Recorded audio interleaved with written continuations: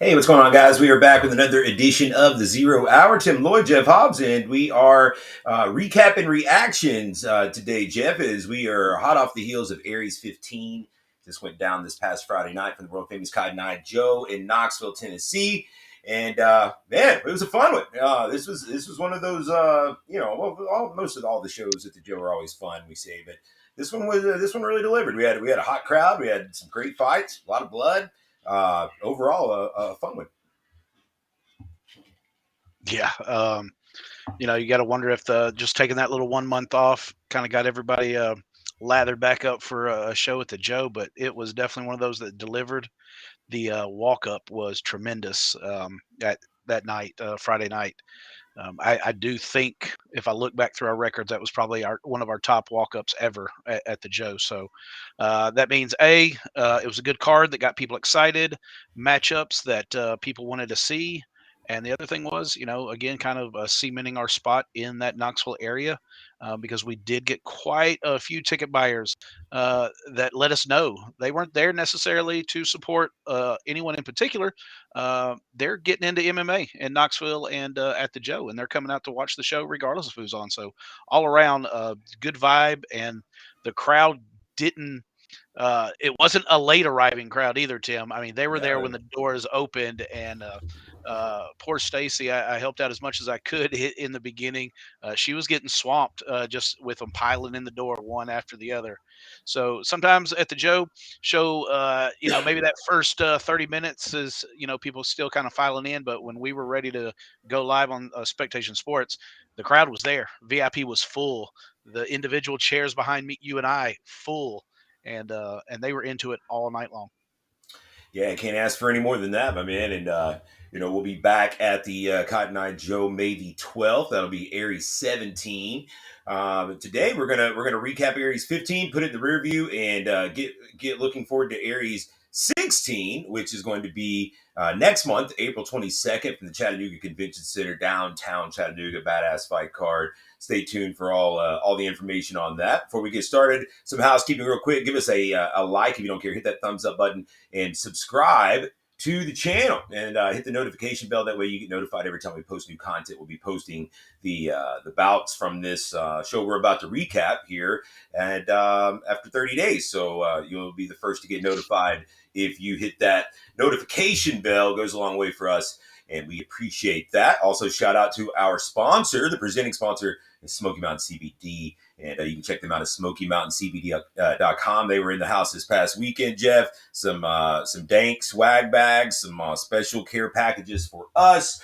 Can't ask for a better sponsor. And, really, it's like a treat every time we see those guys. It really is, so there's new products, from the muscle sticks, the pain relief sticks, to the edibles with the CBD, the Delta 9 THC, and all that kind of good stuff. It was a big shout out to them. We appreciate them hooking up our VIPs and us with some good stuff. Let's jump into it. I guess here we got several fights to recap. I believe we have 13 or 14 to go over here. We opened up with only one time bout on this card, and usually the Knoxville shows have a little bit more than this, but it was heavyweights. They let us off, and it was Donnie Osborne making his debut out of Ian Lawler Somerset Martial Arts against Sean Glass, also making his Thai debut. Some MMA experiences we talked about in the preview, representing his own gym, new spot over at Strawberry Plains, Severe Knox Agonistics. And these guys, there's some big boys. A lot of heavy leather thrown in the first round. We had a headbutt there towards the end of the first round that had both guys leaking pretty good. So Mark Laws was in action early and often on this particular card. It was the second round, though, that this one came to an end. It was actually pretty anticlimactic, honestly. 26 seconds in, Sean Glass's knee kind of buckled out from underneath him, and we had an injury stoppage 26 seconds in. Donnie Osborne gets the win officially here in the second round. But two big guys, it's always good to get fresh blood in that heavyweight division. And Glass is a guy that, smaller heavyweight. He's a guy that really probably will be in that cruiserweight division, I would assume. Yeah. First bout of the evening, kind of settling down myself, cage side. So was trying to take in the action and get settled in myself for it. What I just kind of noticed right there at the end, it just seemed like there was a little indecision on what and what the call was going to be at that moment. I wasn't sure if the referee even noticed or acknowledged the headbutt until after the blood had started, and it was just kind of an awkward little finish there. Like you said, anticlimactic for sure. Just trying to figure out what the hell was going on. Mr. Glass was definitely not a fan of how it ended. And I can't say that I was either. I would have liked to have seen of this bout. Sean Glass had a great little fan base there to see him, and I wish we could have given them more of this bout. But both these guys, they're young in their career, so they'll bounce back. Maybe they'll want to run it back again. I don't know, but I'm sure we'll see them both again.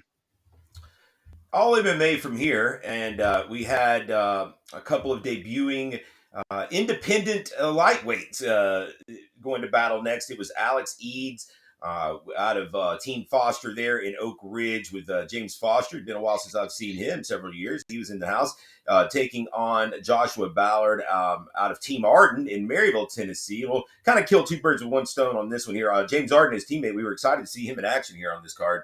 And unfortunately, his opponent, Noah Park, pulled out a couple days before. He had a car wreck, actually. So, good vibes to him to heal up from that. But unfortunately, Arden not able to compete on this card.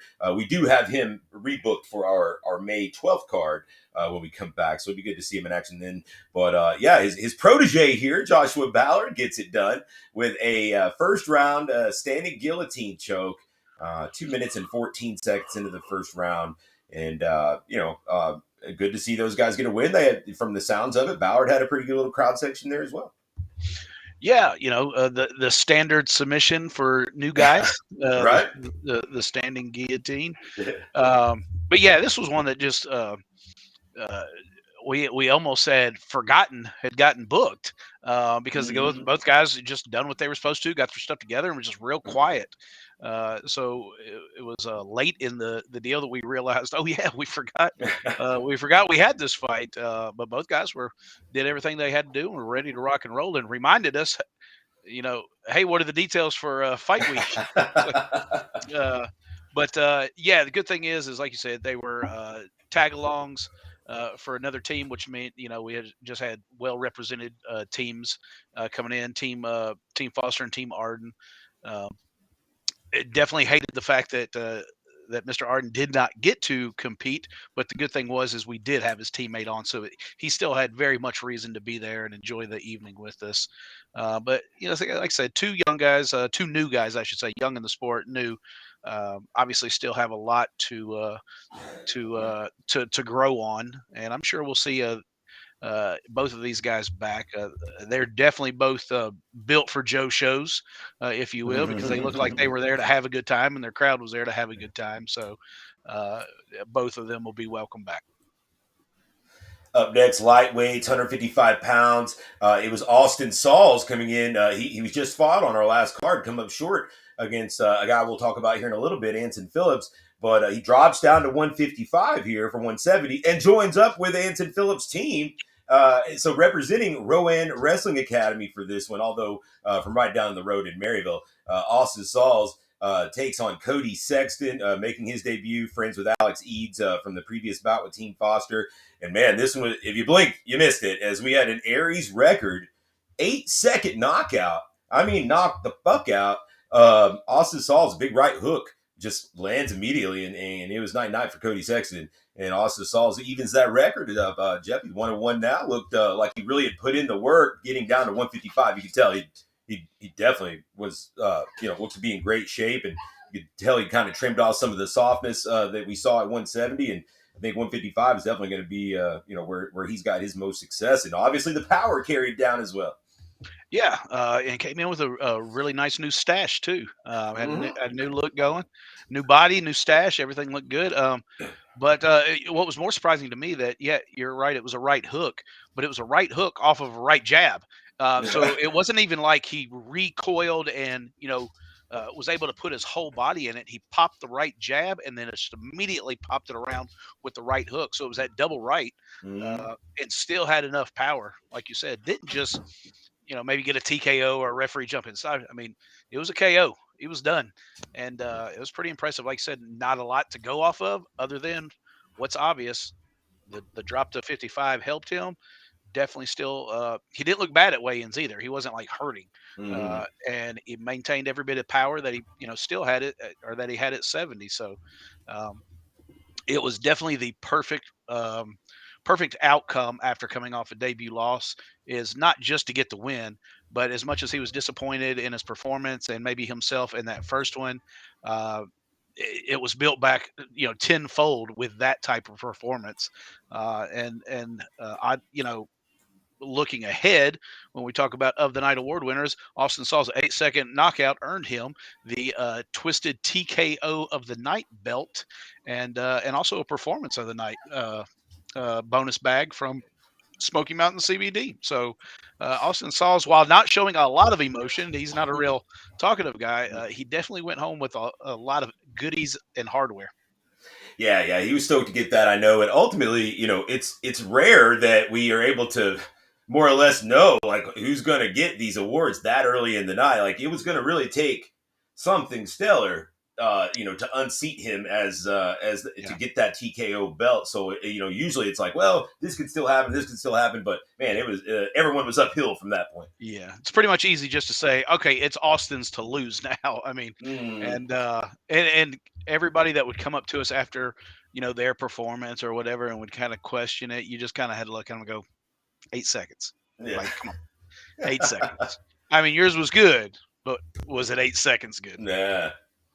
All right, up next, we move on to the undercard. It was a catchweight at 140 pounds. A couple guys we've seen before. Nick Golden, 1-1 out of Rowan Wrestling Academy, drops back down in this one with a full camp to prepare himself after stepping up short notice last time for us, like 2 hours notice.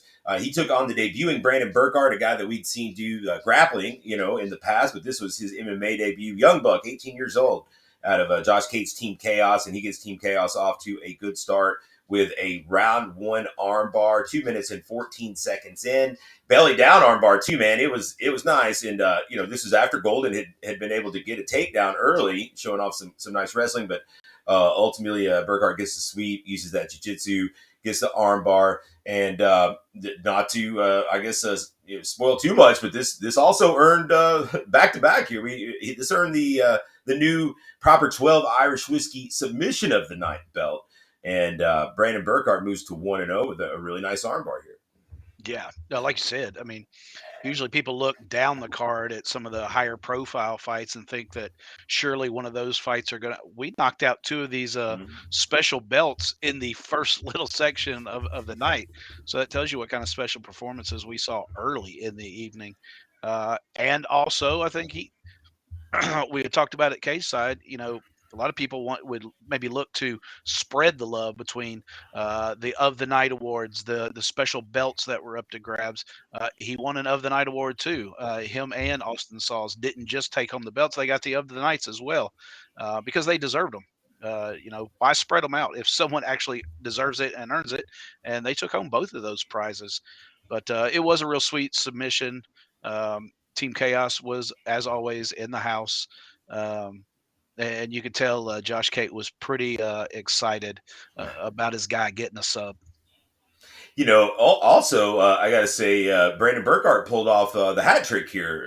If you count the Army National Guard's Oh award as well, yeah, right? the Old Hickory Award from the Army Mhm. National Guard, named after Tennessee President Andrew Jackson. And Every we've got no show that say in that one, so yes, you've no, earned it. If you've got just out third parties giving you shit too, right? yes, Yeah. Tennessee National Guard has a large table off away from us, and they sit back. They have the booth as well, and they all get together as a collective group, and they come and tell us at some point in the evening, that's the guy right there, and that Burkhart was their guy for the night. So yeah, the trifecta, the hat trick of the night, proper tail submission of the night belt, and the Old Hickory Award from um, Tennessee Army National Guard. It was a good night for. It was a. I didn't even think about it. It was a Yeah. good night for Mr. Burkhart. Yeah, Uh, he'd taken off just a little early. He was there to get the first two awards, and then when we gave out the proper 12 belt at the end of the night, he had gone, but his dad was there still. His dad came up, got the belt, and then I'm cleaning up in the locker room after, and Burkhart shows back up. He's yeah, like, he came "Man, back. yeah," he's like, "I'm so sorry." He felt terrible. I was like, "Get us some good pictures. We'll make sure we get proper 12 Yeah. some love on the shout outs there." And hey, this fight was at 140, and like looking at Burkhart, like he's only got that means he's got 3 more pounds, 4 more pounds to go to 35. This dude's gonna be a problem at 35 if he can get there. I mean, he's a big 6 foot tall guy at Yeah. 135. He gives people some issues, I think. So definitely got to watch it. Only 18 years old. He may end up filling out a little bit more and still end up at 45 though. We'll see. Let's see here. Up next, we've got welterweight battle, 170 pounds, and a couple guys from out of state in this one. Benny in a Annette, 10 bore Annette, and Annette. in Nettenbor. Yes. Came in at 2-3 out of Carolina Combat in Charlotte, North Carolina, teammate of a part of our main event a little bit later. And he took on Raekwon Hicks, 0-1 out of Striker Fight Center in Kennesaw, Georgia.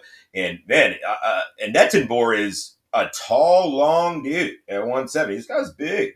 And, a 2-3 record does not do him justice. Very talented, very skilled. And, I thought that he looked really good out there. He gets a unanimous decision here 30-27 on one card, 29-28 on the other two cards. I agree with the 29-28. I thought that Annette Tabor had a great first round and definitely got that one. I thought Hicks did very well to withstand an onslaught where he was hurt a couple times in the first round. In my opinion, came back and got the second round, but then Annette Tabor kind of poured it on in the third to get that unanimous decision win. He evens his record at 3-3.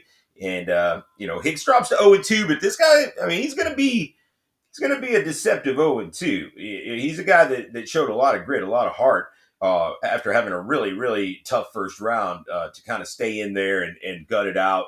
Annette Tabor gets the unanimous decision, and both these gentlemen got the KGO award for the night. Yeah, the KGO Warriors of the Night award. Yeah, Nettenbor, tall guy, just really nice, really quiet, unassuming, not really there to do a lot of brash talking or anything. Just all about his business. Um, there was just such a size difference between the two. What was interesting to me was in attendance, the crew from Nashville MMA was there because they had a teammate in the main event. Is a gentleman by the name of Rashad Lockhart, who has fought for us before, while only having a 1-1 record. He's still at 500, just like Benny is. But I think what makes that interesting is size wise. Oh, Uh, they're both big. Rashad Lockhart is also a 170 that is very large for the weight class, tall, bigger built. So while they have a little bit of discrepancy in their cage time and their number of fights, I think the fact that those two bodies in the cage together would stylistically just really put on a show. Both guys just large for that weight class, long for that weight class, and I think that could be a real interesting bout. Yeah, yeah, yeah. From at least from a visual Yes, perspective, it'd yes, certainly be very impressive. Two of the bigger, athletic, just guys that you look at and say, "Wow, this guy's 170." He yeah, looked like for surely 185, right? Not 205. So yeah, I like that one a lot. And in a 170 division that is kind of wide open right now. The R170 title is vacant at the moment, and somebody eventually is going to have to be the guy for Ron Humphreys to fight for that title. So I'd like to see somebody kind of emerge. well, I don't know. Let's not tell either one of these guys that the Yeah, right. that the winner gets Ron Yeah, Humphreys. that may be a deterrent, Yeah, huh? yeah. All right, up next it was the final bout.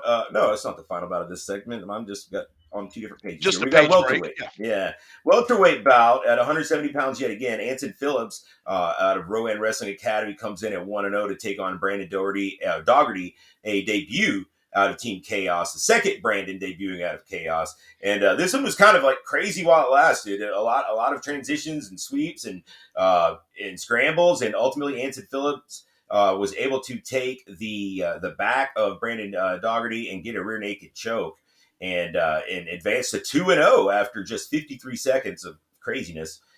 In the first round, Captain Anson Phillips of Rowan Captain. Wrestling Academy moves to 2-0, and he's kind of the Rowan guys. They come in, they take, we say it every time, they come in, they take tough fights, they don't turn down nothing but their collars. And Anson has been in there 2 times now, including with Austin Sauls, who we talked about earlier, and has yet to experience a bump in the road. And one thing, Anson's another big 170. That he's a pretty big burly 170. I think that he's another guy that just fits in with the aforementioned guys that we just Yeah. had in this last bout. Another guy in the mix at 170 here. Brandon Dougherty, a really nice crowd there locally from Team Chaos. His attitude afterward was stellar. He couldn't wait to get back in there again. He didn't have his head down, which is good. And I look forward to seeing both these guys again. Yeah, this was another one, not to, like you said, go backwards and talk about other things, but helping try to play those matchmaker thoughts that happen after a fight was thinking about someone like Lockhart, who is just 1-1. Well, Anson Phillips is 2-0, so they both have the same experience level in there. So if one didn't work out, if it and Ettenborough had too many fights for Lockhart, Mm, maybe this was another one that we could put together. And oddly enough, too, with all these Rowan guys, I mean, Anson was the last one really to come to us. All yeah, the other guys were already active, and here comes the captain of the team, uh, pretty much last as an afterthought, and he yeah. has had and he is the one that the team has rallied behind and has come in and, like I said, uh, 2 fights, 2 wins, and is in a streak, and he's kind of that catalyst I feel for the team that they all just kind of feed off of, Mm. and he's I would dare say he's probably the heart and soul of the team, and they all just kind of gravitate, in support of him, and so he's doing them well. Our first of 2 female bouts up next, 2 debuts. We were really excited for this one, a lot of anticipation. Bantamweights at 135 pounds. It was Melissa Buckner taking on Ashley Eichner, and Buckner representing Agogi Combatives down in Chattanooga. We've seen her do some combat grappling in the past. Purple belt, been in the game for a while. Ashley Eichner, only 23 years of age, representing James Gray's Scorpion Fighting System out of Brighton, Michigan. Wrestled up the road, like we mentioned in our previous show, at the College of the Cumberlands up in Williamsburg, Kentucky, right across the line, and they came down to support their girl here. And Eigner gets the win in this one. Round two, 2 minutes and 13 seconds in TKO. And this was a back and forth win. Both the ladies had really good moments.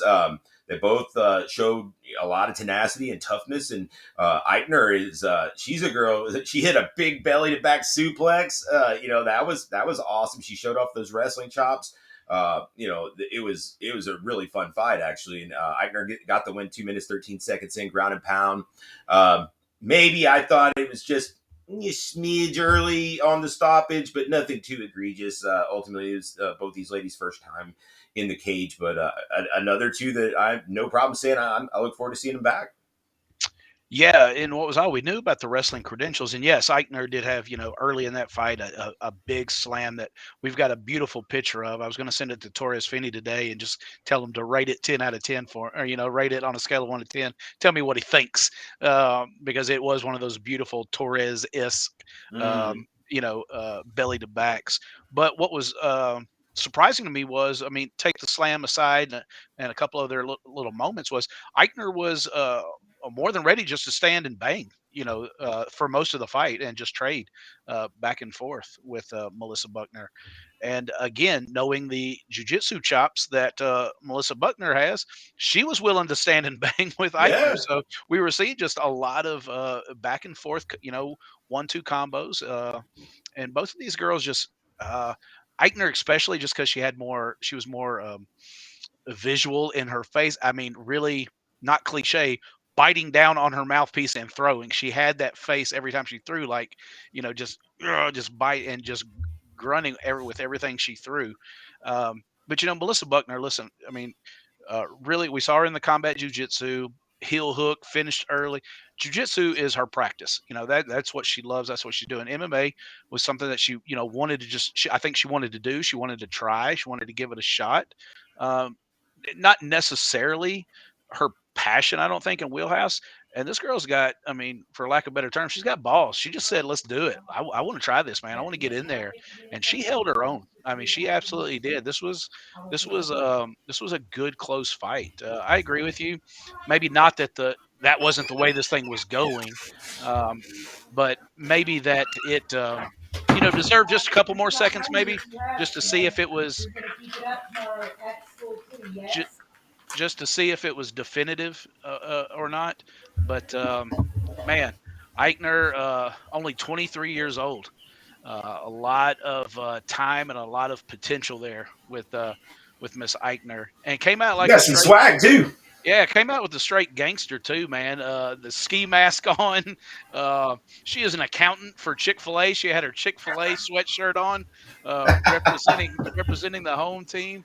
But I tell you what, this Scorpion team from Brighton, Michigan, we had Ashley Eichner, we had Zoe Nowicki, our friends at Conflict, had one or two of their Two, I girls, think. two of their Yeah. girls, two of Scorpions girls on their show on Saturday, the night after. So James Gray left Knoxville, Tennessee, early Saturday morning. Uh, his plane, I think, left at 5. He had to get up at 4 and head to Conflict, and they went 2-0 there as well. So they have got a stable of young ladies up in Michigan that are doing some special things. Yeah, I mean, I think it's safe to say, they've got the deepest, most talented stable of females, at this point that we work with. Certainly, one of the top stables on the East Coast. They're having so many, and there's more. Yeah. Yeah, there's more where that came from. So, really, really good things James Gray's got going on up there at Scorpion. We look forward to working with them as much as we can. They're always so professional, really, and all these ladies have been amateurs, but you wouldn't know it. You really wouldn't. They are more professional than most of the pros, Yes, honestly. not by the way they handle their business. I mean, they are on a strict regimen. There was a couple times just as promoter when you kind of check in on some of the teams there, especially more so the ones that have traveled so far and ask hey, do you guys need anything, or even try to be accommodating and say, hey, I know you guys are in a different town. Would you like to go do this evening? And kind of no, my girls have to eat at this time. They'll be busy doing this at this time. I mean, he's got them on a professional schedule. Rounding out this segment, it was a number one contender bout for the flyweights as Maverick Cooper took on Devin Emerson. Maverick Cooper 1-0 coming in out of Striker Fight Center. Devin Emerson 1-1 out of Team NKI, the first of 3 for them out of North Knox Ishinru, the hometown team. Man, this is a scrap while it lasted. It ended up being Cooper getting the win with a round 1 TKO, 2 minutes 22 seconds in. But it was an action-packed 2 minutes and 22 seconds. Emerson had moments. Both guys landed very well on the feet, but Cooper just accumulated a bit more. When he sensed he had Emerson hurt, he definitely jumped on it. It had that killer instinct, got him out of there, and now the number one contender to our flyweight title kind of lines up. It'll be him and Bryce Warner squaring off for that. Hopefully in Chattanooga in April, hoping to confirm that soon within the next couple days. But man, that's going to be an action-packed fight. Certainly a fight capable of going 5 rounds, I believe. Although Cooper has gotten both of his first opponents out of there and won, I think Warner would definitely be the biggest step up for him. And Warner's already shown that he can go the distance at the very least in 3-round fights. So between these guys, pace, athleticism, confidence between both these guys, that's one I really look forward to. Yeah, I talked to Bryce Warner, reached out today. Um, I don't know that he necessarily watched the show, but he waited till he could maybe see some pictures, and he just sent a message today and just said, "So what's up? Is Cooper the kid or not?" And I said, "Yes, Cooper's the guy." I said, "We got to wait and hear from him and see if everything's a go." And he said, "Tell him let's go. Tell him let's do this." So he's rocking and rolling, ready to go. He wants to know right away. He is anxious to make this happen. Like you said, this could go 5 rounds, but Bryce Warner definitely is one of those uh, live by the sword, die by the sword type guys as well, where we know he can stand and bang, and we know he can give it hell and wear somebody out. Um, he's also had brain farts in the cage as well, where he's looking really good, and all of a sudden, holy shit, the fight's over. Uh, i.e., his first time against Vincent Van Alstyne, looking good. And next thing you know, it's over because he's made a mental mistake. So it'll be interesting to see, if that calmer, more focused Bryce Warner shows up, or if he gets so headstrong in the moment that he leaves an opening for Maverick Cooper, who is a crafty, young man at such a young age. And Mhm. a lot of people are excited to our good friend Kyle Mays. I think is really, really excited for this fight. He likes Bryce Warner, but he is a big I don't want to say supporter of Maverick. He believes in Maverick Cooper a lot, and so a lot of people are interested in this fight. One of which will be Vincent Van Alstyne, who, let's Yeah. just say, we're only having this conversation right now because Van Alstyne, if we might as well get the story out there. He's just had a few medical things going on, and nothing serious. So don't worry, guys. He's just had some dental, work that he's had to have that had a couple of side effects, and not able to get in as soon as he wants to, and what the promotion needs to. So he was gracious enough to say, "Hey, I'm not going to hold this title fight up any longer. Let's let a couple other guys go at it. Just promise me that I get the first shot at the winner." So he is not going anywhere. He will be waiting to see who walks away in April with that belt, and I'm sure he'll be knocking at their door immediately after. But things are definitely starting to heat up in the 125-pound division. Yeah, yeah, a lot. That's become a division that we were like, yeah, it's kind of shallow to like, man, there really are some good talent there starting to emerge. Moving on to the main card, middleweight bout, 185 pounds. It was the middleweight debut of former light heavyweight champion, the Sandman, Zane Burton, 4-1 out of Gogi Combatives in Chattanooga. He took on Detroit's all the Almighty Team representative, 2-0 Michael Koger. Koger had come in and gotten it done in his first two attempts down this way, but not this time as Zane Burton gets round one submission by rear naked choke, 1 minute 17 seconds in, as he advances to 5-1 now in a new weight class. And we talked to Zane. He looked pretty good at weigh-ins. Didn't seem like he struggled too bad to make 185. So obviously that's where he should be if he can make 185 and still feel good. Maybe a tad undersized at 205, but at 185, definitely, I think he'll be better suited. And a nice performance here. Really, I expected this one to go longer than it did, honestly. But Burton able to get a quick takedown, took the back, sunk in the rear naked choke, and that was that. Yeah, he was really fast at this weight, really explosive, and like you said, maybe expected at weigh-ins to maybe come in just a little anxious and depleted. Hey, those ones that look at the clock. When can we get on? When can we get on? When can we get on?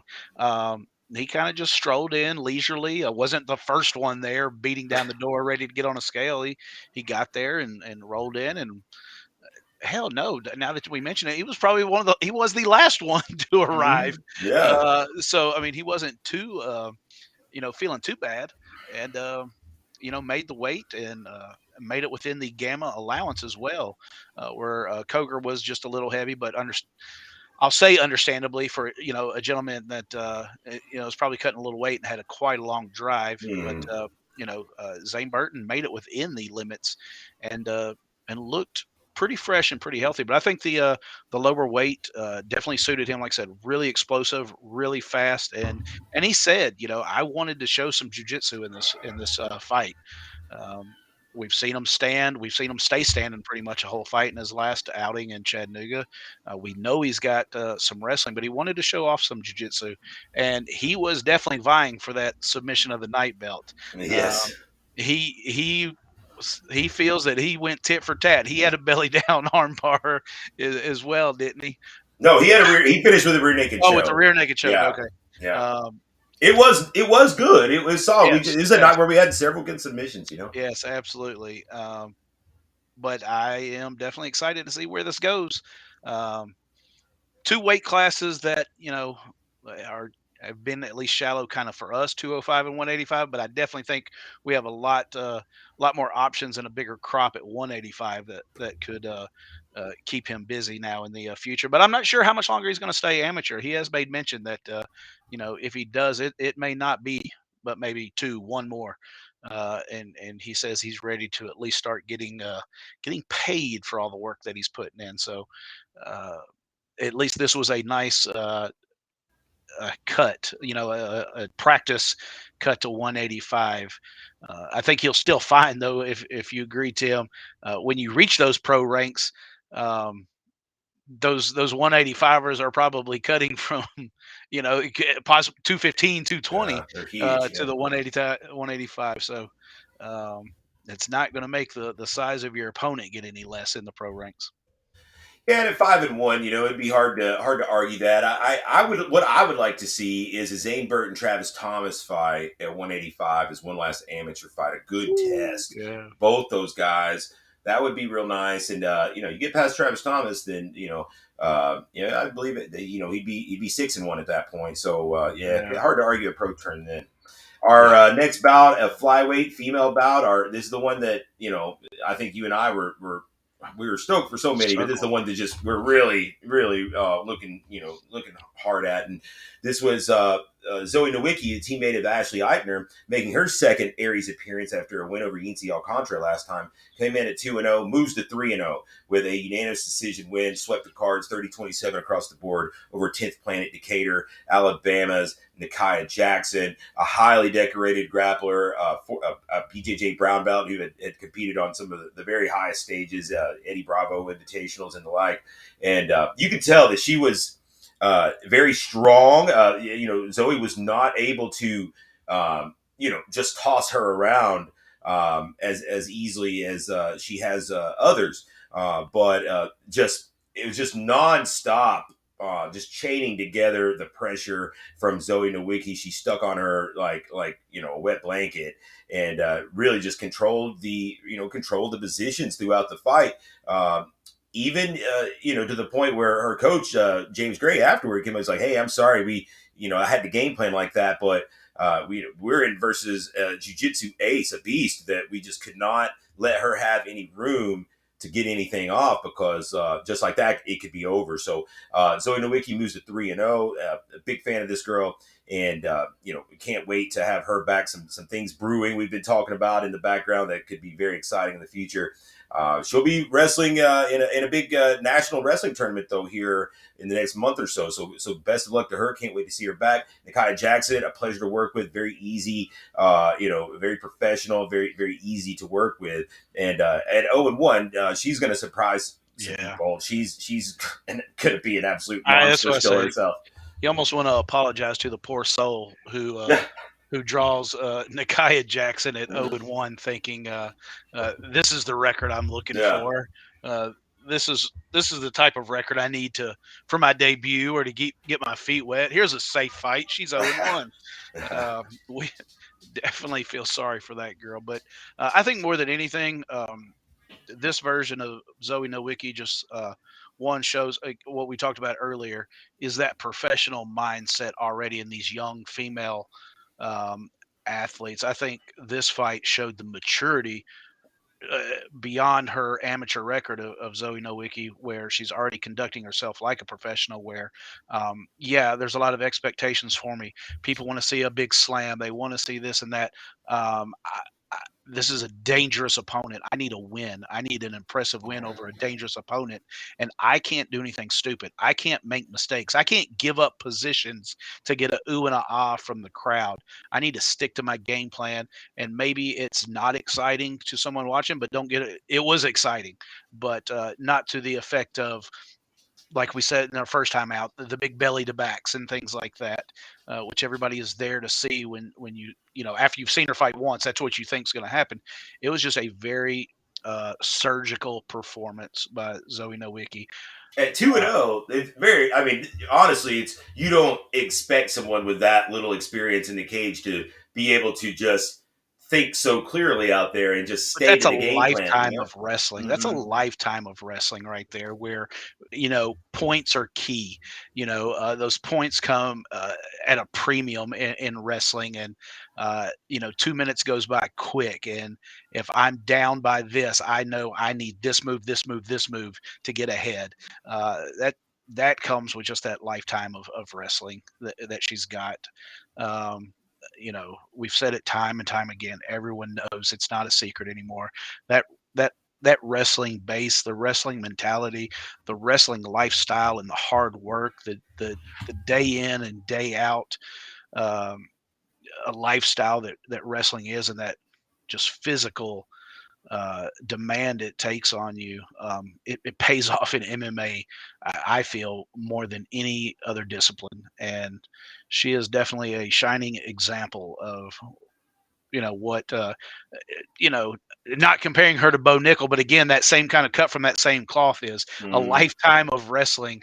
And when you're doing it the right way, this is what could happen at the end of your wrestling career when you're ready to move on and find something else. Zoe Nowicki has found that something else already, and man, like you said, some exciting things that could be on the horizon, that just little talks that we're having behind the scenes, possibilities.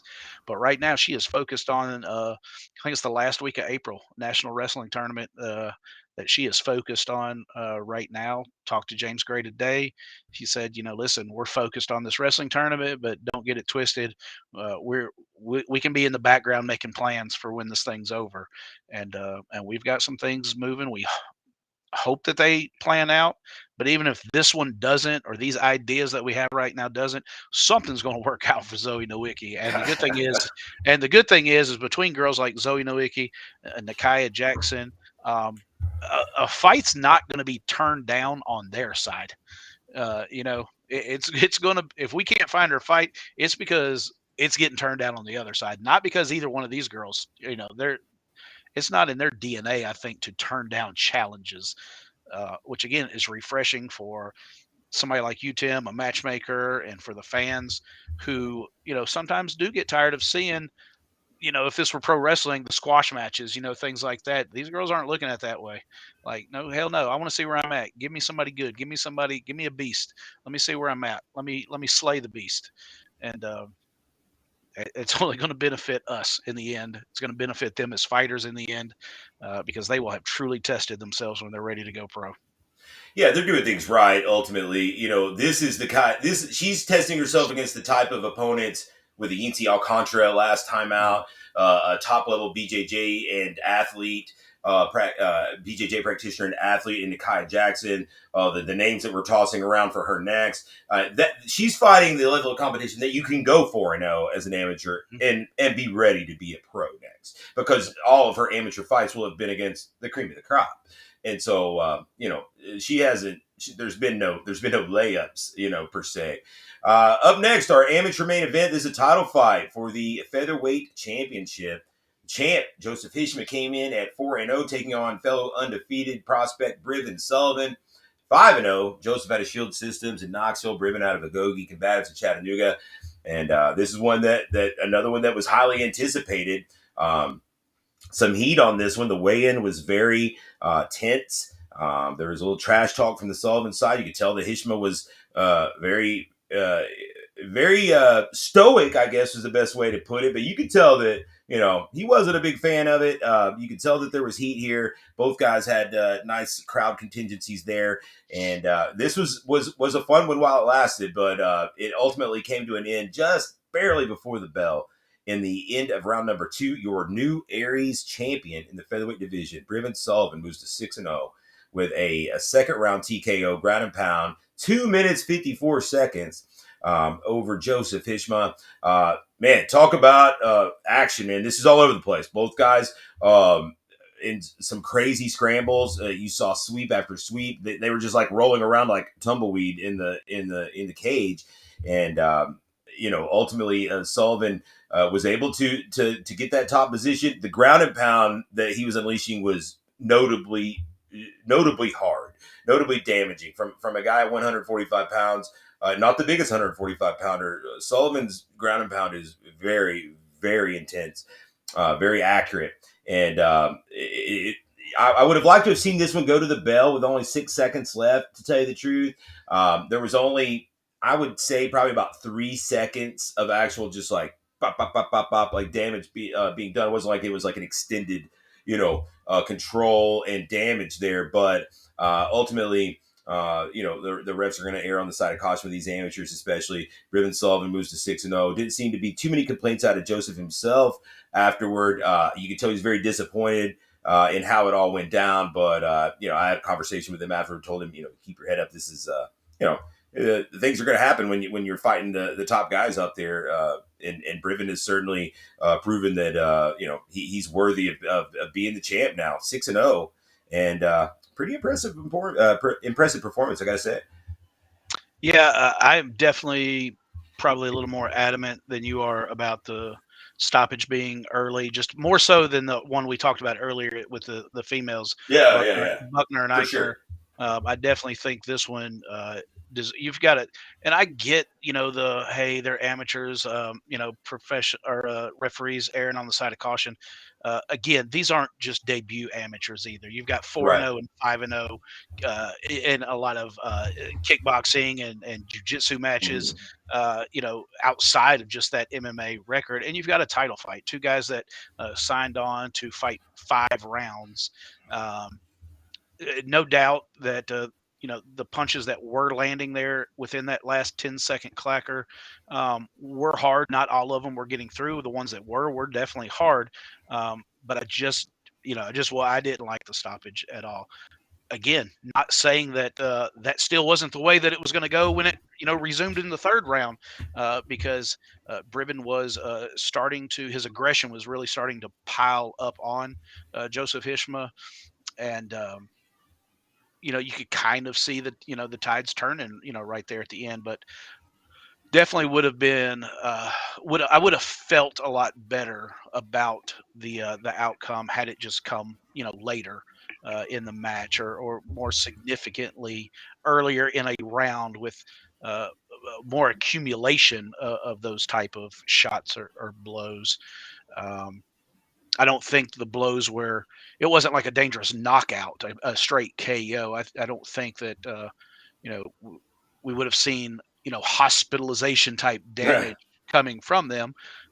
Maybe some lumps, the next day and stuff like that. Um, but Hishma, man, he's got again. You said it to him. I said it to him when he came to see me after the show. You got nothing to hang your head about, kid. Uh, Hishma is young and he is sneaky good. There were times Bribben had top control, and you thought, okay, this is early in the round. This is not going to be a good place to be, and just sneaky sweeps where all of a sudden you're like, holy shit, he just. And I always knew Bribben was going to be the stronger guy, but uh, kind of muscled that sweep over. Hishma would. Um, but then it just right back. It was just that kind of roly poly, across the cage, Hmm. trading sweeps until you get to the cage and you can't go any further. But Brivin is unfortunately the thing about winning your title at 6-0 is guys nowadays just aren't wanting to stick around Right. at amateur very long. And while he was absolutely deserving of a title shot and his opportunity to win an amateur title, it's like, boy, you just wish they would stick around a little longer and defend. He may be one of those that as soon as he wins it, he vacates it. We're not sure. I did notice he put up kind of a self survey on Facebook the next day. Hey folks, what should I do? Yeah. Defend my belt or go pro? So I won't be surprised if we see that happen. Just from an outsider looking in, maybe a matchmaker type point of view, been around the business a long time point of view. He started out his amateur career at 135. He Yep. went up to 145 because of just the weight cut and things like that. But in the professional ranks, um, he might want to at least think about, talk to his coaches about, and explore the idea of going back to 35 when there's money on the line and guys dropping from 170 and 175 down to 145. It may be something that just an idea that they might want to look at again. But beautiful performance by Riven Sullivan, and listen, Bribben is a lot of talk. He really is. He loves the trash talk. He loves the in your face shit. Um, but for me, I think that's something Briven does for himself, really. I think more than anybody else, because it gets him. He gets himself in the zone. I think it's something he feeds off of, because regardless, as soon as a fight's over, um, I watch him and I think it's over for him. I think the trash talk is over, and he was willing to, shake the hand of Joseph Hishma and say, good fight. Hishma didn't, he wasn't feeling it at the time, Mm. but I think deep down, Brevin Sullivan definitely he's a competitor, but I don't think he's as bad as what I think uh, the zone that he puts himself in pre-fight makes people think he is. I think some people just have to be in that mindset to be able to really turn it on and go out there to do damage to someone. Yeah, wrap their Uh, head around beating someone up. mhm. Yeah, Pro fights up next. Our first one, bantamweight bout, 135 pounds. It was Justin Watson taking on old Featherfoot, Dusty Little. And Justin Watson looking for that first win, representing Rowan Wrestling Academy. Dusty coming in at 1-2 from the team NKI, looking to get them on the board. And this one was fun while it lasted. Again, both guys landing some nice strikes in the middle. Justin landed some decent punches. Dusty Little landed, some kicks and punches of his own. Ultimately, though, it was Dusty Little that won with an armbar. At 1 minute and 9 seconds into the first round, Dusty Little evens his record up to 2-2. Just drops to 0-3. Took this loss pretty hard, from what I've gathered. But you could tell that Justin had really put in the work on this camp. He definitely got in good shape. Had some abs starting to poke out there. Worst case scenario, he got himself in tip top condition for this fight, condition that he likely would not have seen had he not taken it. So we got to give a shout out there, Dusty Little. Like I said, moves to 2-2. Very unassuming fellow, and if you slip on him, then he'll go up there and he'll kick you in the face. yeah, connected quick, fast, and in a hurry, and split Justin Watson open Yeah. in what really feels like, even I tried to watch it back. Maybe the first punch, Mm-hmm. first couple of punches there already had Justin cut. When he fell back down to his butt, uh, there was blood already streaming from the corner of his eye. So Dusty Little's got some sneaky little power in there. Mr. 9 to 5 this time came out to Dolly Parton. Last time we saw him, he came out to the Golden Girls. Um, Mm-hmm. gets the crowd going with just his odd choice of walkout music. Um, and also was rocking the cool stash at Yeah. this event. Just like Austin Saws, brought out the except he had the curl. He had the nice little Yeah. curl on his, was looking good. But yeah, Dusty Little, very unassuming cat, man. Um, you know, no disrespect to Dusty Little. He just comes out and you're like, okay, this guy's not a fighter. You know, this isn't gonna go good. And he is sneaky, man. He's slick. He is slick. And when he's on, he's on. This is a guy. He's got 2 losses, but he was in there with Robbie Ring. Yeah. Guys like that. Probably even fighting heavier than what he really needs to against somebody like Robbie Ring. Um, but there's a couple of interesting possibilities out there for Dusty Little should he want to jump back in quickly. Um, Justin Watson, man, you just hate it for a guy like you said. I think you said it best, Tim. Was this professional run? Just to be 100% just honest, hasn't worked out for him. But what is good to see was, before Justin spent a lot of time with us, rep or judging, was kind of an official, helped out some with the promotion and stuff. I think this has been so good for him, get him back interested in the sport, the training aspect, the team aspect. He latched on with some really good guys with Rowan Wrestling as a part of that team. He has gotten in probably phenomenal shape, the best shape he's probably been in years. Uh, so while he is beating himself up over the outcome of these fights and how it hasn't really, worked out, he's got to stop and sit and think back and really look at the positives in this and how it has been. While the outcome of the matches hasn't been what he's wanted, the process and the journey has, I would say, has probably done him so good, just personally in his life, his health, just all around. And if he looks at those positives, I feel like, hopefully he'll look at it in a positive way and realize this has been a good. But he's another one that I saw, 0-3, and jumped on Facebook, said, "Hey, let me lick my wounds for a second." And he licked them for about a day, and he posted up, "I'm not done. I'm not done. I'm gonna keep going here." So, who knows? Who that'll be against, who it'll be with, where he's gonna fight next. But best of luck to him, keeping this dream alive. I think at this point for him, he needs to feel a victory. He wants to feel a victory, and I think that's going to be the goal for him. Not necessarily to do this for a long time, but let me walk away with my hand raised. I think that's what he's shooting for now. Co-main event, catchweight 140 pounds. Our two most experienced fighters on the card going at it here, as Tim Estruth out of Michigan, Project Truth, Ronin Judo, 7-5, a well-traveled vet. Brown belt and BJJ came in to fight the local hometown fighter in the Golden Boy, Brandon McMahon, 6-8 out of Team NKI in Knoxville.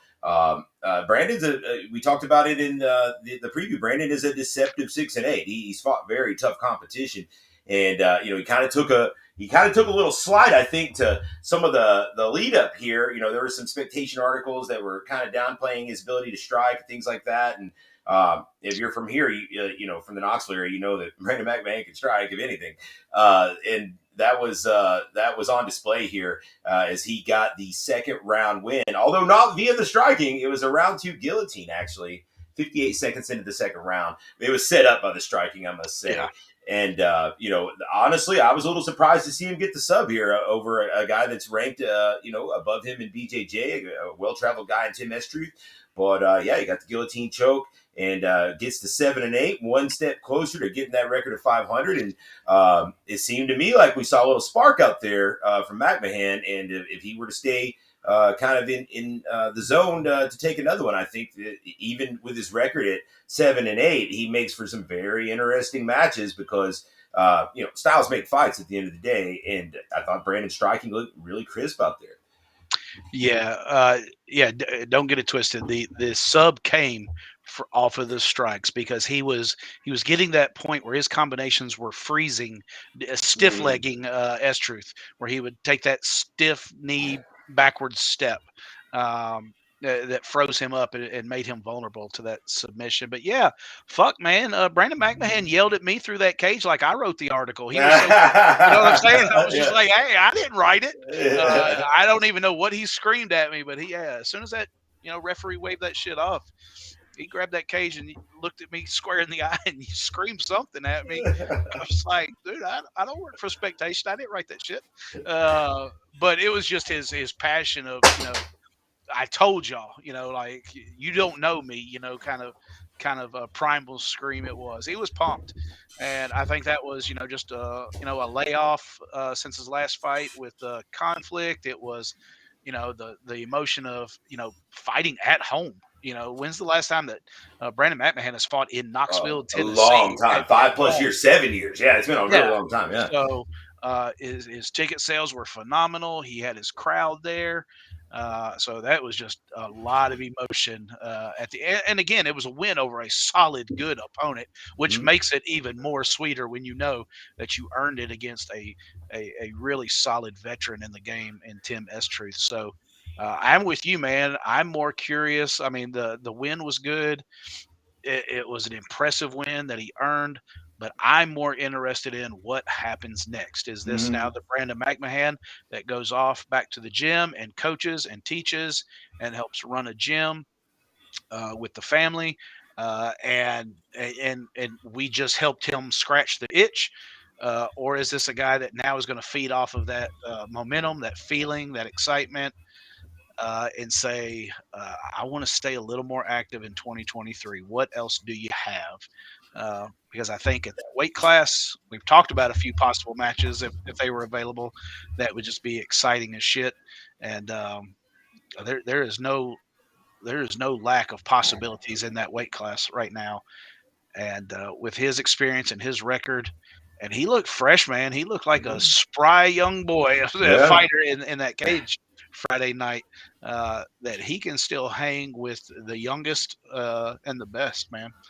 So I'm more intrigued about what is next, if there Main is a next. Yeah, yeah. Hopefully there is. Hopefully there is. A fight that kind of comes to mind to me that I think would be interesting because they are both.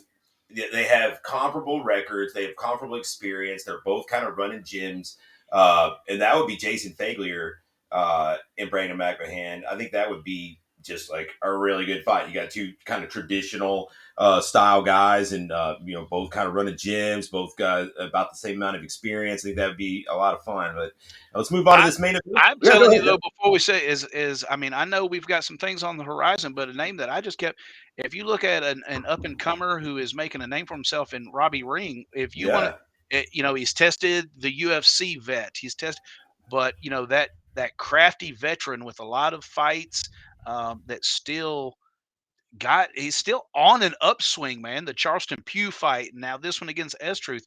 If you were on the ring camp and you wanted to take that next kind of blueprint step, let me test this type of fighter next. A McMahon and Ring fight, and both those guys be are fire. yeah, both those guys are strong. They're both just confident in their skill set.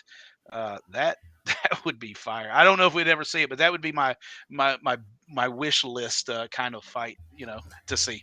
Hey, I wouldn't turn that one down, man. That would be it wouldn't fail to deliver. There's no way. Not McMahon at all. already cornered Dusty Little in his attempt versus Ring, so we got a little backstory there. And I Yeah, think that from just Brandon's not the kind of guy that is not going to go down on his shield. And right. so I feel like he'd give Ring all he wanted, that experience, that salty vet that's kind of well rounded, is still headstrong. Yeah, I think that would be really good. Let's see here. Main event is for our lightweight title. Man, the champ Pat Crumpton came in 6-1 out of Nashville MMA, taking on Jonathan Martin, 3-1 out of Carolina Combat Sports in Charlotte. And man, this is one where Martin was kind of a dark horse coming in here. If you looked at it on paper, he had we knew that he was a brown belt BJJ. We knew he trained with great guys, Brian Battle and the like over there at Carolina Combat. But on paper, I didn't think his strength of schedule really lined up as quite as good as Pat's. But man, to put it lightly, like Pat just couldn't do anything with him. Jonathan Martin was able to withstand what we have come to know and appreciate as just that constant pressure, that constant grind that Pat Crumpton has been able to implement on everyone that he's fought for the most part up until this point, including some really tough guys. But it was all Pat could do to essentially just kind of contain Jonathan against the cage, while Jonathan, took 5 rounds of time to kind of surgically damage Pat from elbows and knees to the body. Just even though his back was to the cage, he was. It wasn't like it was a free ride for Pat holding him there. He was having to absorb a lot of damage there.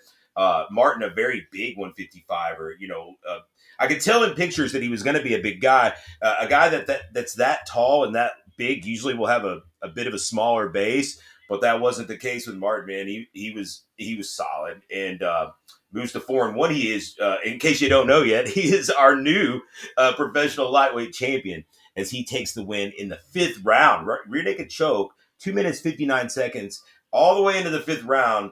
And man, these guys fought it out, man. A lot of blood was spilled. Pat, to his credit, never threw in the towel. But when we started like round 4, that's when I was like, man, I just don't even really know what I would do if I'm Pat's corner at this point, because the game plan that has worked so well against everyone is just not working here. And when you're down those rounds already, it's hard to just kind of flip gears and go into like finish mode against a guy that he's just not really been able to do much with it to that point. Jonathan Martin moves to 4-1. He is our new champion. in the professional ranks of Aries. Already conversations you and I have been having today about what's next for him. And Pat Crumpton drops to 6-2. Very interested to see what comes next for Pat. He'll probably take some time to heal here, but I hope that he makes some adjustments and he gets right back at it because 6-2 still a very good record. He ran into a guy in Jonathan Martin that is a legitimate talent.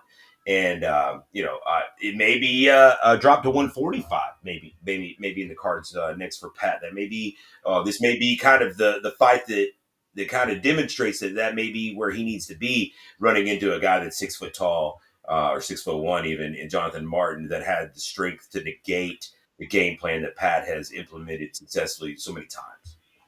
Yeah, this opponent just kind of shows those people that, and not to knock anybody in particular, I just this is a general statement. Uh, those people that think they're professionals because they're fighting as professionals, and those that are fighting and living as a professional. That was a professional game plan by Jonathan Martin. That was I studied, my coaches studied, we dissected film, and we had a specific game plan to stymie what this guy is really good at. And once we do that, um, we're going to take away plan A and he's going to have to find plan B. But before we stymied plan A, we kind of already showed him that plan B is probably not a good plan either, because in those stand up exchanges, that's when, Pat's getting touched up. That's when he's getting cut up and touched up. So even when, like we were talking about, reaching that point where, okay, we're in the fourth round, this is not working. Uh, Kind of like what you were saying, what do we do now? What Okay, this isn't working. What do we do? Do we abandon this and go to this other thing? Uh, because this other thing wasn't working out either when when we've had our moments at that. So it was almost like we've just got to stay the course and hope that something works out for us, that we can successfully maybe finally get that double leg and get him on the ground and then go to work and maybe find my spot to end this thing. But like you were saying, big guy. It it wasn't that Pat wasn't getting in good positions. He was dropping his hips. He was connecting his hands behind uh, Martin's butt and thighs. The Good problem head is, position. yes, the problem is that his fucking thighs were thick as tree trunks, and when he would get that big wide base, even with Pat's, hands clasped behind him, there was no pulling those legs together. There was no, and then you add the height, he's lifting up a little bit. With Pat is a short guy, in the cage, especially compared when you saw the weigh-in Mm, pictures.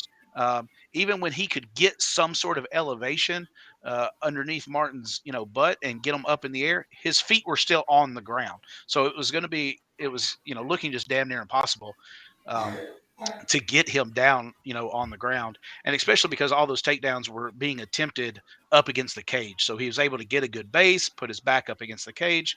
Um, and it was tough. But like you said, Pat definitely went out on his shield. I mean, he took some nasty elbows. A lot of stitches were administered mm. after the match, but he never stopped coming. He never, and he did control the fight a lot on the cage. It was, the difference was Jonathan Martin was not going to just stay with his No. he stayed active. He was not just going to sit there with his back against the cage. Um, if you're going to stay here, I'm going to be hitting you with elbows. I'm going to be, short elbows. I'm going to. He got a couple of really good knees to the gut that I thought took a lot out of Mm. Pat a few times in that fight. But uh, yeah, not necessarily the way that I saw it going, but uh, to be 100% honest and not going to lie to you guys, that's because we we've seen Pat. We haven't all we saw of Jonathan Martin was the little bit of research we could do when trying to find an opponent. Didn't have a lot to go off of. Did there Right. wasn't a lot Not a of lot of video. footage. No, not a lot of footage out there. And that was one thing Pat's camp, in the lead up had said was, just not a lot for us to really study and go out there and look at out online. And so, like I said, just honestly, hey, I'm looking at records. I'm looking at the resume and what we know of Pat. Not that we were looking past, Martin as a promotion. It was just without, Pat was just in a position. He has been looking really good. Um, that it was going to take a lot to stop him, um, and that was true. It took a lot to stop him, but Jonathan Martin had the goods, man. He is a professional fighter through and through. Very well coached. His corner was extraordinary over there with their instructions and their resume. His corner's resume was really good. He is in a professional setting, and that was a professional game plan, and that was a professional outcome all around for him. So, um, ta-da! Jonathan Martin is the Aries is the new Aries professional lightweight champion, and he's our guy. He's our guy now, Yeah. man. He's the guy that is carrying the flag for our promotion and that division. And Jonathan Martin, we will stand behind you just the same way as we did Pat and any other of our other champions, and we will put you up against the best.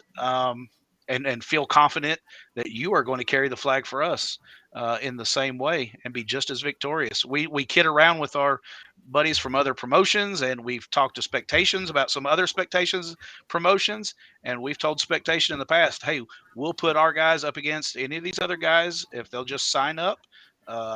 And let the chips fall if they may, and we would be happy to have you represent us in some matches with some of these other Spectation promotions. And that's not being an asshole or a dickhead. It's healthy competition, because we had talked about Pat being one that we would be happy to send him to another promotion to represent us. But you're our guy now, man, and we are excited to have you on board. Yeah, yeah, I think he's going to be a great champ. Very well spoken, very professional.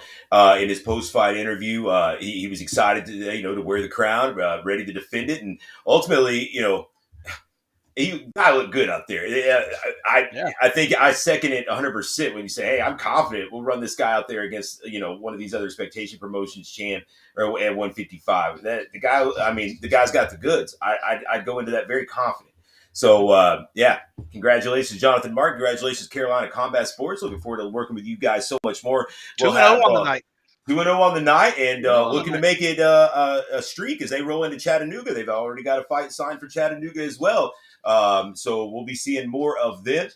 That's going to do it for this wrap up, guys. Hopefully, you guys enjoyed the show. You can go back and catch it at Expectation Sports now. But if you subscribe to the channel and hit the notification bell, you're going to get notified when we post these fights on YouTube, and they're definitely well worth checking out. Jeff, any parting words here before we sign off? Not really, man. It's just get this reaction show posted up tomorrow morning, and I'm excited about that because as soon as we put this wrap up show online on the YouTube channel and on Facebook, that means Aries 15 has officially gone to bed, and that means we get to talk more about Aries Fight Series 16 in Chattanooga, Tennessee, Chattanooga Convention Center. We've probably already announced in the midst of the Aries 15 announcements, maybe about, I don't know, six or seven Aries 16 bouts. We're going to repost those again this week just to refresh everybody about the extraordinary bouts that we've already announced. But just in case they got lost in the shuffle Yeah. of Aries 15, we're going to remind you this week what is already out there announced, and there's still so many more to let out of the bag.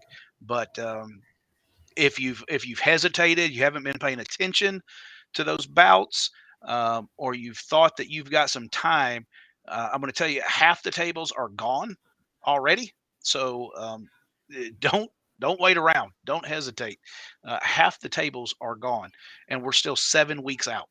And This card's only going to get better. yeah, and I imagine with just the announcement of a few more fights, that could take the rest of them. And if you are looking for one and you didn't get one, I'll tell you right now, Jankowski, Miles Peak, Andrew Stewart, those guys have them. They may sell them to you later because those are the three already that have bought them all. So, yeah, I'm just, like I said, Aries 15 was great. I can't even say it enough times. We tried to say it in the wrap up post today, but I don't think we can really put words around just how awesome the night was and how fun the night was. But I'm ready to put it to bed because we got a fun one coming up. Chattanooga's always fun. The new venue is going to be fun. Being right downtown is going to be fun. We've got some special guests, that are going to be in attendance, in April 22nd that we're excited about. So, man, I'm ready to rock and roll on that show now. That goes down again April the 22nd, Chattanooga, Tennessee. Get your tickets at fightertix.com. Pay per view, of course, Expectation Sports.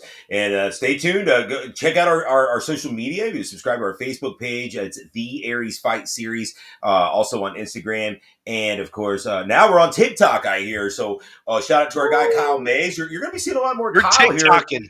on the 0 Hour channel. Kyle going to be taking over a lot of our fighter interviews, and he has ideas of grandeur to talk to a lot of fighters leading up to Aries 16. So make sure you subscribe. Kyle will be on here in between shows with the interviews, and Jeff and I'll be back with the previews and whatnot as we get a little bit closer. For Jeff Hobbs, I'm Tim Lloyd. Appreciate you guys sitting in for another edition of the 0 Hour. We will see you guys in Chattanooga on April the 22nd for Aries 16. We'll see y'all next time. Take care. Thanks. Peace.